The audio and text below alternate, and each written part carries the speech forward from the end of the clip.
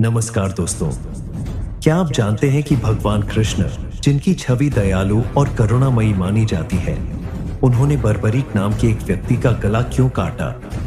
यह एक ऐसा प्रश्न है जो सुनने में थोड़ा असामान्य लगता है, लेकिन इसके पीछे छुपी है एक गहरी कथा और संदेश। आज हम आपको इस कहानी के पीछे की वजह और इससे जुड़े आध्यात्मिक रहस्यों के बारे में बताएंगे, तो वीडियो को अंत तक जरूर देखें। बर्बरीक दुनिया के सर्वश्रेष्ठ धनुर्धर में से एक थे। बर्बरीक के बाण में इतनी ताकत थी कि वह एक बाण से महाभारत का युद्ध खत्म कर सकते थे। महाभारत में एक बेहद शक्तिशाली योद्धा था, वो था बर्बरीक। हालांकि कौरवों और पांडवों के बीच हुए युद्ध में बर्बरीक ने हिस्सा नहीं लिया था। बर्बरीक भीम के पुत्र घटोत्कच की संतान थे। बर्बरीक को वरदान प्राप्त था कि वह 3 बाणों से तीनों लोग जीत सकते हैं, जिसकी वजह से युद्ध से पहले कौरव बर्बरीक को लेकर डरे हुए थे। बर्बरीक को उनकी मां ने बचपन से यही सिखाया था कि हमेशा हारने वाले की ओर से युद्ध लड़ना। ये बात श्री कृष्ण अच्छी तरह से जानते थे। बात उस समय की है जब महाभारत आरंभ होने वाला था। भगवान श्री कृष्ण युद्ध में पांडवों के साथ थे, जिससे यह निश्चित जान पड़ रहा था कि कौरव सेना भले ही अधिक शक्तिशाली है, लेकिन जीत पांडवों की होगी।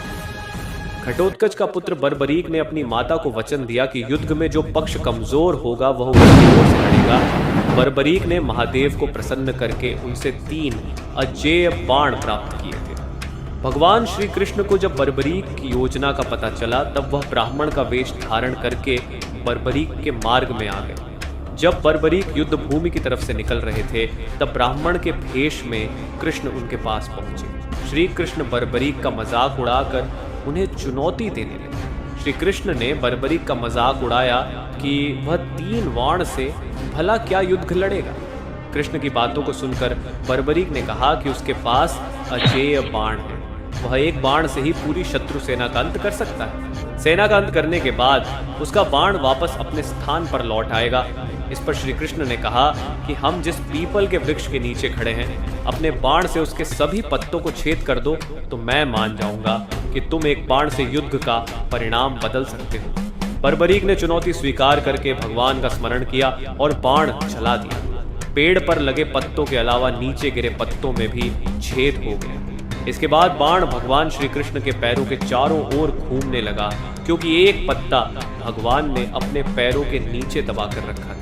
भगवान श्री कृष्ण जानते थे कि युद्ध में विजय पांडवों की होगी और माता को दिए वचन के अनुसार बर्बरीक कौरवों की ओर से लड़ेगा, जिससे अधर्म की जीत हो जाएगी। इसलिए ब्राह्मण वेशधारी श्री कृष्ण ने बर्बरीक से दान की इच्छा प्रकट की। बर्बरीक ने दान देने का वचन दिया, तब श्री कृष्ण ने बर्बरीक से उसका सिर मांग लिया। बर्बरीक समझ गया कि ऐसा दान मांगने वाला ब्राह्मण नहीं हो सकता है। बर्बरीक ने ब्राह्मण से कहा कि आप अपना वास्तविक परिचय दीजिए। इस पर श्री कृष्ण ने उन्हें बताया कि वह कृष्ण है।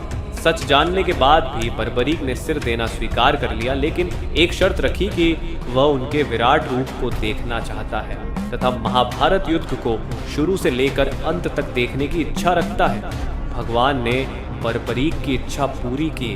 सुदर्शन चक्र से बर्बरीक का सिर काटकर सिर पर अमृत का छिड़काव कर दिया और एक पहाड़ी के ऊंचे टीले पर रख दिया। यहाँ से बर्बरीक के सिर ने पूरा युद्ध देखा।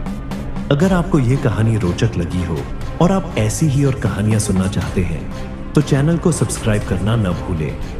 वीडियो को लाइक करें और कमेंट में बताएं कि आपको बर्बर की ये कहानी कैसी लगी। धन्यवाद।